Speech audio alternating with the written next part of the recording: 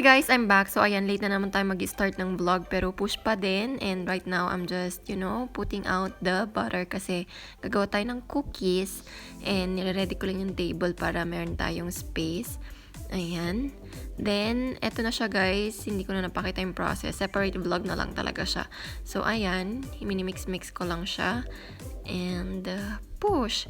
After that, prepare ko lang siya sa baking sheet. And ang naisip ko dito guys, mashed potato kasi ganun yung texture niya.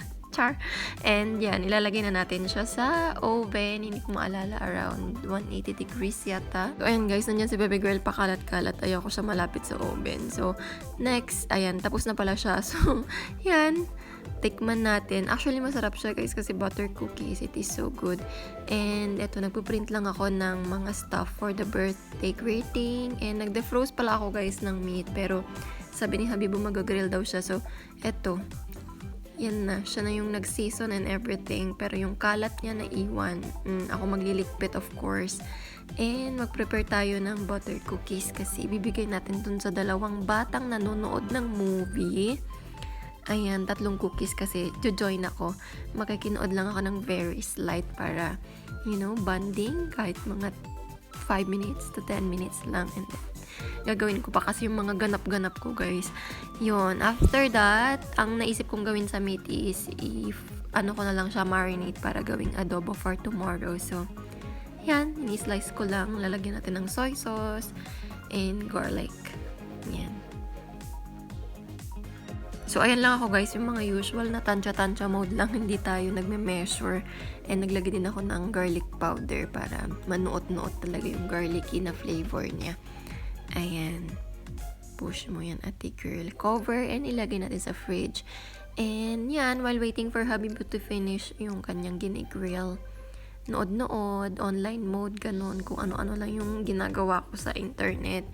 Hanggang sa magsawa ako, manonood ako ng mga videos, ng mga tutorials and stuff. Tapos, ayan, pag napagod, itatabi na natin siya kasi kakain na. And yan, ito na yung dinner namin guys. So yan, flex ko lang yung mag-ama kong naka-matchy-matchy.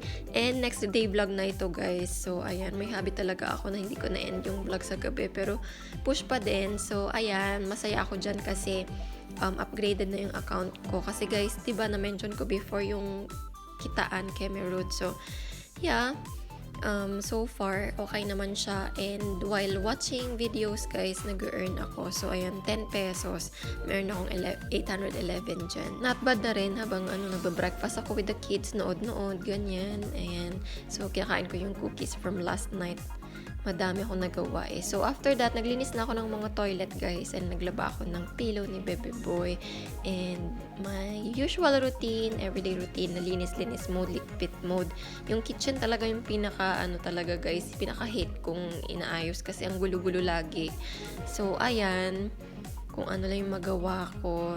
Linis, ganyan, disinfect, and so on and so forth.